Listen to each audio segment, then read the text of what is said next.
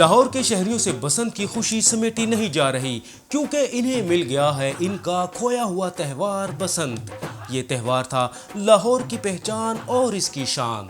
ویسے تو پتنگ دنیا کے مختلف خطوں میں اڑائی جاتی ہے، مگر وہاں یہ پتنگ بازی محض نمائش تک محدود ہوتی ہے، جنہیں پرسکون انداز میں اڑانے کے بعد اتار لیا جاتا ہے۔ مگر مکمل لوازمات اور پرجوش انداز والے فیسٹیول اور بو کاٹا کی آوازوں کے ساتھ مقابلے کی فضا پیدا کرنے والی پتنگ بازی کا یہ انداز پوری دنیا میں صرف لاہور میں ہی نظر آتا ہے۔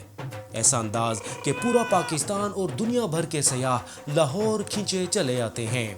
آسمان رنگ برنگی پتنگوں سے رنگ جاتا ہے، ڈھول کی تھاپ پر بھنگڑے، بو کاٹا کی بلند ہوتی آوازیں، کھانوں کی خوشبوئیں، رنگ برنگے لباس، پورا لاہور چھتوں پر امڈ آتا ہے۔ چھتوں کے بنیروں کی حدیں مٹ جاتی ہیں، لاہور بھر کے رشتے، خوشیاں، پتنگیں، سب کچھ سانجھا ہو جاتا ہے۔ 3 دن کا یہ تہوار 25 سال بعد بحال ہوا ہے۔ جتنی تاخیر سے یہ تہوار واپس آیا ہے، اتنے ہی پرجوش انداز میں اسے منانے کی تیاریاں کی گئی ہیں۔ برے صغیر میں بسنت کی تاریخ بہت پرانی ہے۔ بہار اور سرسوں کے کھلنے کے موسم کا یہ تہوار سکھ اور مغل دور میں بھی منایا جاتا تھا، اور یہ تہوار قیام پاکستان کے بعد بھی زندہ رہا۔ 80 اور 90 کی دہائی میں لاہور میں بسنت کا تہوار عروج پر تھا۔ 90 کی دہائی میں تو بین الاقوامی سطح پر پہچان بنا چکا تھا۔ دنیا بھر سے سیاح اس تہوار سے لطف اندوز ہونے کے لیے لاہور آتے تھے۔ سرکاری سطح پر تقریبات کا انعقاد ہوتا، مگر بسنت کی جو رونق اور لذت ورلڈ سٹی میں ہوتی وہ کہیں اور نہ مل سکتی۔ ماضی میں بسنت کے تہوار کے لیے باقاعدہ ایک رات اور ایک دن مقرر ہوتا تھا، مگر پابندی نہ ہونے کی وجہ سے مقررہ دن سے کئی ہفتوں پہلے پتنگ بازی شروع ہو جاتی تھی اور کئی روز بعد تک بھی یہ جاری رہتی۔ خاص طور پر اس سیزن میں ہر اتوار کو منی بسنت کا ماحول ہوتا تھا۔ بسنت کے لیے ڈور اور پتنگوں کی تیاری ایک اہم مرحلہ ہوتا تھا۔ کئی ہفتے پہلے پتنگ بازی کے لوازمات تیاری شروع ہو جاتی۔ لاہور کے علاوہ قریبی شہروں گوجرانوالہ، قصور، فیصل آباد اور سیالکوٹ سے بھی پتنگیں تیار ہو کر لاہور پہنچنا شروع ہو جاتی تھیں، مگر پھر بھی تہوار کے دنوں میں مال کم پڑ جاتا تھا۔ ماہر پتنگ سازوں کے علاوہ انفرادی طور پر بھی گھروں میں پتنگیں تیار کی جاتی تھیں۔ پتنگ کے لیے ڈور کی تیاری بھی بڑا ہی شاندار مرحلہ ہوتا تھا۔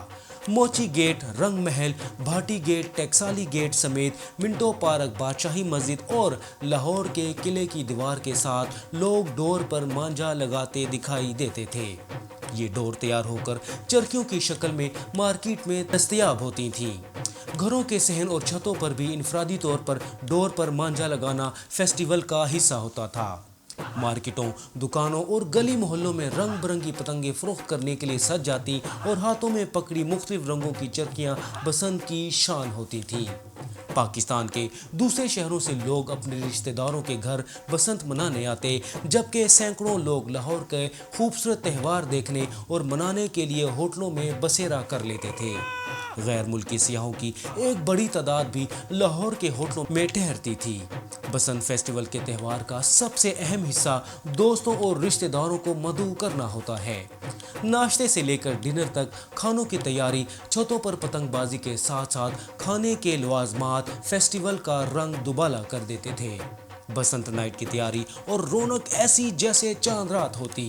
شام کے بعد چھتوں پر خصوصی لائٹوں اور موسیقی کا اہتمام، پتنگوں اور ڈوروں کی مناسب تعداد چھتوں پر پہنچا دی جاتی۔ رات کی بسنت میں سفید رنگ کے گڈے اڑانے کی روایت ہے، کیونکہ آسمان پر چمکتی روشنی میں انہیں واضح دیکھا جا سکتا ہے۔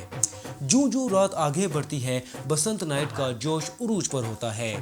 بو کاٹا کا شور اور موسیقی کا تڑکا، بچے، بڑے، بوڑھے، خواتین، سب کھانوں کا اہتمام کے ساتھ چھتوں پر پہنچ جاتے۔ بسنت جیسی خوبصورت رات دنیا کے کسی حصے میں نہیں دیکھی جا سکتی تھی۔ چھتوں پر روشنیوں اور رنگوں کی ایسی بہار جیسے جگمگ کرتے ستارے لاہور کی چھتوں پر امڈ آئے ہوں۔ بسنت نائٹ عروج پر پہنچنے کے بعد رات ڈھلتے ہی پتنگوں کا زور ٹوٹنے لگ جاتا اور اگلے روز دن کی بسنت منانے کے لیے لاہور کے شہری آہستہ آہستہ آرام کے لیے چھتوں سے اتر جاتے، اور پھر بسنت کے دن صبح چھتوں پر حلوہ پوری، پائے، نان، چنوں کے ناشتوں کے ساتھ لاہور کا آسمان رنگین ہو جاتا۔ ایسا نظارہ ہوتا کہ کبھی کسی نے نہ دیکھا ہو۔ پتنگ اڑانے، پیچا لگانے اور بو کاٹا کے نعرے، ڈھول کی تھاپ اور موسیقی پر ڈانس اور بھنگڑے، چھتوں پر دوستوں اور رشتہ داروں کی ٹولیاں شور بلند کرتے اپنے اپنے ساتھیوں کی حوصلہ افزائی کرتے۔ دوسری جانب کاٹی کی ڈور کو گلی محلے اور سڑکوں پر لوٹنے والے بھی گروہ در گروہ موجود ہوتے۔ لمبی ڈور کے ساتھ پتنگ ہاتھ میں آ گئی تو ایسے محسوس ہوتا جیسے کوئی خزانہ ہاتھ لگ گیا ہو۔ لمبے لمبے بانسوں سے پتنگوں کو جمع کرنا بھی ایک فن ہوتا ہے۔ 25 سال بعد اب ایک ایسی نوجوان نسل آ گئی ہے جو پہلی بار اپنے آباء و اجداد کے پسندیدہ تہوار کا حصہ بننے جا رہی ہے اور چھتوں پر پتنگ اڑانے سے لطف اندوز ہو رہی ہے۔ دن بھر پتنگ بازی اور فیسٹیول سے لطف اندوز ہونے کے بعد شام ڈھلتے ہی بسنت اختتامی مراحل میں داخل ہوتی ہے اور پھر آہستہ آہستہ یہ بسنت بڑے ہی خوبصورت انداز میں چھتوں سے اتر کر آئندہ سیزن تک دلوں میں اتر جاتی ہے۔